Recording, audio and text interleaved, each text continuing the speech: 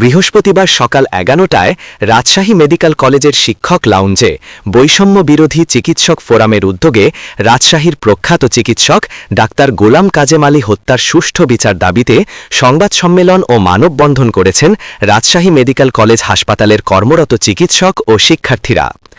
Doctor গোলাম কাজেম আলীর মৃত্যুর 2 বছর পূর্তিতে আয়োজিত এই সম্মেলনে বলা হয়, এই হত্যাকাণ্ডটি ছিল পরিকল্পিত এবং বিগত সরকারের মদদে সংঘটিত। তৎকালীন সরকার নির্বাচনের ঠিক আগে প্রতিপক্ষ রাজনৈতিক নেতাকর্মীদের ভয় দেখাতে এই হত্যাকাণ্ড ঘটায়, কিন্তু 2 বছর পেরিয়ে গেলেও এর বিচার হয়নি। সংবাদ সম্মেলন থেকে হুঁশিয়ারি দিয়ে বলা হয়, দ্রুত বিচার না হলে চিকিৎসক সমাজ কঠোর কর্মসূচি দিতে বাধ্য হবে, প্রয়োজনে চিকিৎসা সেবা বন্ধ রাখার ঘোষণাও আসতে পারে। তারা আইনশৃঙ্খলা বাহিনীর সহযোগিতায় ঘটনার সুষ্ঠু তদন্ত ও অভিযুক্ত দোষীদের গ্রেফতার করে দৃষ্টান্তমূলক শাস্তির দাবি করেন।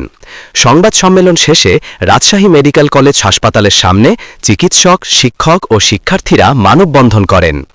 2023 সালের 29 অক্টোবর গভীর রাতে পেশাগত কাজ শেষে মোটরসাইকেলে বাসায় ফেরার পথে নগরীর বর্ণালী মোড়ে মাইক্রোবাস দিয়ে পথ রোধ করে দুর্বৃত্তরা ডাক্তার গোলাম কাজেম আলীর বুকে ছুরিকাঘাত করে। পরে তাকে উদ্ধার করে হাসপাতালে নেওয়া হলে চিকিৎসাধীন অবস্থায় তার মৃত্যু হয়। রাজশাহী থেকে বিভাগীয় প্রতিনিধির রিপোর্ট, বাংলার গেজেট।